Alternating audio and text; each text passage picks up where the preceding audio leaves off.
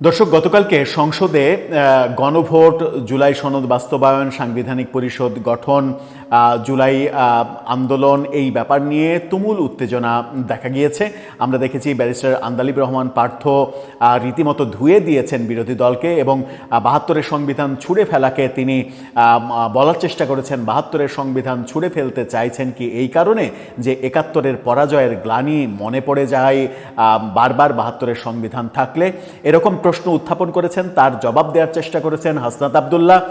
তিনি বলেছেন বেগম খালেদা জিয়াও এই সংবিধান ছুঁড়ে ফেলতে চেয়েছিল, তাহলে কি বেগম খালেদা জিয়াকেও আমাদেরকে যেভাবে মুক্তিযুদ্ধ বিরোধী বলার চেষ্টা করলেন তাকেও কি সেটা বলার চেষ্টা করবেন কিনা, এরকম নানা ব্যাপারে উত্তপ্ত হয়েছে সংসদ। গতকালকে স্বরাষ্ট্রমন্ত্রীও বেশ গুরুত্বপূর্ণ কথা বলেছেন এবং স্বরাষ্ট্রমন্ত্রীর সব থেকে গুরুত্বপূর্ণ কথার মধ্যে যেটা আমার কাছে সব থেকে গুরুত্বপূর্ণ মনে হয়েছে সেটা হচ্ছে যে জুলাই সনদ বাস্তবায়নের যে আদেশ অন্তর্বর্তীকালীন সরকার দিয়েছিল সেটাকে তিনি প্রতারণা বলেছেন। অর্থাৎ অন্তর্বর্তীকালীন সরকার জাতির সঙ্গে প্রতারণা করেছে এই আদেশ অধ্যাদেশ দিয়ে। তার মানে জুলাই সনদ বাস্তবায়ন আদেশ, গণভোট, এগুলো কোনো কিছুই সংসদে পাশ হচ্ছে না। সংসদে যখন এগুলো পাশ হচ্ছে না, জুলাই সনদ বাস্তবায়ন আদেশকে যখন প্রতারণা বলছেন স্বরাষ্ট্রমন্ত্রী, তখন বিরোধী দল থেকে আন্দোলনের হুমকি দেওয়া হচ্ছে। এনসিপির বিভিন্ন পেজ থেকে রেমিটেন্স শাটডাউন, বিদেশ থেকে আহ্বান, জুলাই অভ্যুত্থান 2.0, এরকম নানা লেখালেখি চলছে। চলুন একটু জেনে দেখি স্বরাষ্ট্রমন্ত্রী সালাউদ্দিন আহমেদ এই জুলাই সনদ বাস্তবায়নকে কেন প্রতারণা বললেন, সাথে আর কি কি গুরুত্বপূর্ণ কথা তিনি বললেন। সেই আলোচনায় করবে এই ভিডিওতে, থাকবেন পলিটিক্স টিভির নিয়মিত আয়োজন। দর্শক, বলছিলাম সালাউদ্দিন আহমেদের কথা এবং জুলাই সনদ নিয়ে কথা। তার আগে একটি মানবিক কথা বলতে চাই। ফুড ফর অল, সবার জন্য খাদ্য, এই কর্মসূচি নিয়ে অসহায়, দুস্থ, ক্ষুধার্ত মানুষের পাশে রান্না করা খাবার নিয়ে দাঁড়াচ্ছে ফুড ফর অল এই চ্যানেলটি। ডেসক্রিপশন বক্সে লিঙ্ক দেওয়া থাকবে। আমরা তাদের পাশে দাঁড়ানোর চেষ্টা করছি এই মানবিক কাজের জন্য। আপনারা অন্তত তাদের চ্যানেলটা সাবস্ক্রাইব করে তাদেরকে অনুপ্রেরণা দেবেন যেন এই মানবিক উদাহরণটা ছড়িয়ে পড়ে দেশব্যাপী, বিশ্বব্যাপী। চলে যাচ্ছি মূল আলোচনায়।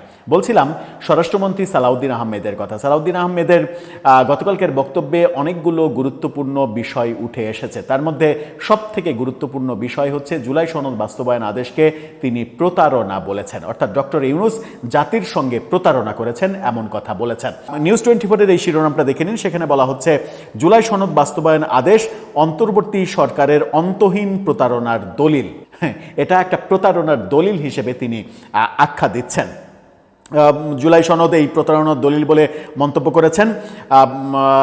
জাতীয় সংসদে এই কথা বলেন তিনি। প্রধান নির্বাচন কমিশনার সিইসি সংবিধানের বাইরে গিয়ে সংবিধান সংস্কার পরিষদের সদস্য হিসেবে শপথ নেওয়ার ফর্ম বিতরণ করে শপথ ভঙ্গ করেছেন, সংবিধান লঙ্ঘন করেছেন, এমন মন্তব্যও করেছেন।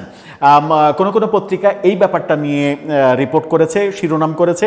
সেরকমই একটা শিরোনাম আপনারা দেখে আসেন, যেখানে সালাউদ্দিন আহমেদকে নিয়ে সমকাল শিরোনাম করেছে সিইসি শপথ ভঙ্গ ও সংবিধান লঙ্ঘন করেছেন সালাউদ্দিন আহমেদ। কিভাবে শপথ ভঙ্গ করেছেন, সংবিধান লঙ্ঘন করেছেন? সাংবিধানিক পরিষদ গঠনের, সাংবিধানিক পরিষদের সদস্য হিসেবে বিরোধী দল যে শপথ নিয়েছে সেই শপথের কাগজ সাপ্লাই দিয়ে তাদেরকে শপথ পড়িয়ে তিনি সংবিধান লঙ্ঘন করেছেন এবং সংবিধান বিরোধী কর্মকাণ্ড করেছেন। সংবিধান বিরোধী কর্মকাণ্ড তো রাষ্ট্রদ্রোহিতার শামিল। তো রাষ্ট্রদ্রোহিতার অপরাধ যদি তিনি করে থাকেন তাহলে সেই অপরাধে কি তার শাস্তি হবে? তিনি যদিও এটা বলছেন, শাস্তির ব্যাপারে, শাস্তির পদক্ষেপের দিকে সরকার যাবে কিনা সেটা হয়তো সময়ই বলে দেবে। এই পুরো প্রক্রিয়াকে অবৈধ এবং বিগত অন্তর্বর্তী সরকারের একটি প্রতারণার দলিল হিসেবে অভিহিত করেছেন তিনি।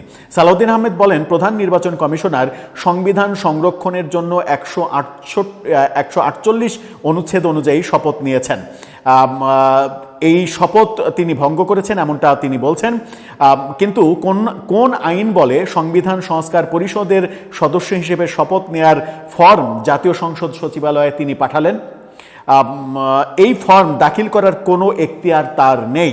তিনি এটি করে শপথভঙ্গ এবং সংবিধান লঙ্ঘন করেছেন। স্বরাষ্ট্রমন্ত্রী আরও বলেন, নির্বাচন কমিশন সংসদ সদস্যদের নির্বাচনের জন্য একটি ব্যালট দিয়েছিল।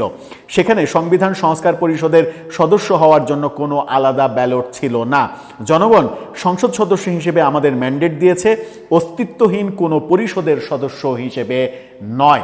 এবং এই ব্যাপারটা বলতে গিয়েই তিনি বলছেন যে জুলাই সনদ বাস্তবায়ন আদেশ কিংবা সাংবিধানিক পরিষদ গঠনের যে আদেশ, এই আদেশ প্রফেসর ইউনূস সরকারের অন্তহীন প্রতারণার একটা দলিল।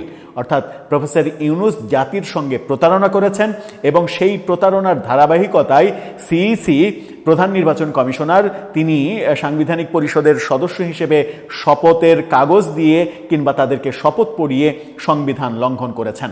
সংবিধান লঙ্ঘন মানে রাষ্ট্রদ্রোহিতা। রাষ্ট্রদ্রোহিতার একটাই শাস্তি, মৃত্যুদণ্ড। যদি প্রফেসর ইউনূস এই সংবিধান বহির্ভূত কাজ করে রাষ্ট্রদ্রোহিতা করেন, তাহলে কি তার নামে রাষ্ট্রদ্রোহিতার মামলা হবে? সিইসি যদি রাষ্ট্রদ্রোহিতা করেন সংবিধান লঙ্ঘন করে, তাহলে তার নামে কি রাষ্ট্রদ্রোহিতার মামলা হবে? কিংবা এই সরকার বর্তমান সিইসিকে কি সরিয়ে দেবে পরবর্তী নির্বাচনের আগেই? এরই মাঝে আমরা খবর পেয়েছি যে শেখ হাফিজুর রহমান কার্জন, ঢাকা বিশ্ববিদ্যালয়ের আইন বিভাগের প্রফেসর, তিনি ঘোষণা দিয়েছেন প্রফেসর ইউনূসের বিরুদ্ধে তিনি রাষ্ট্রদ্রোহিতার মামলা করবেন। যদি এরকম মামলা শুরু হয়ে যায়, আমার মনে হয় যে প্রফেসর ইউনূস এবং তার সরকারের অনেক উপদেষ্টার বিরুদ্ধে এরকম রাষ্ট্রদ্রোহিতার মামলা করার স্কোপ খুঁজে পাবে অনেকেই। তাহলে কি পরিস্থিতি বিদঘুটে হতে যাচ্ছে? পরিস্থিতি ঘোলাটে হতে যাচ্ছে? রাজনৈতিক যে শান্তি আমরা প্রত্যাশা করেছিলাম নতুন সরকার আসার পরে, সেই শান্তি কি থাকছে না? বিরোধী দলকে অস্থির হয়ে পড়বে।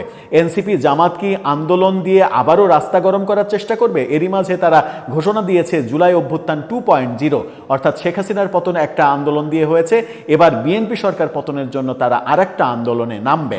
সেই আন্দোলনে নামলে জনগণের সমর্থন, জনগণের আস্থা তারা কত পার্সেন্ট পাবে আগের তুলনায়, সেটাও একটা বড় প্রশ্ন। দর্শক, আপনার কাছে কি মনে হয়, এই যে প্রফেসর ইউনূস প্রতারণা করলেন এবং সংবিধান লঙ্ঘন করলেন প্রধান নির্বাচন কমিশনার, এর দায় কে নেবে? আপনার মতামত জানিয়ে লিখতে পারেন আমাদের কমেন্ট।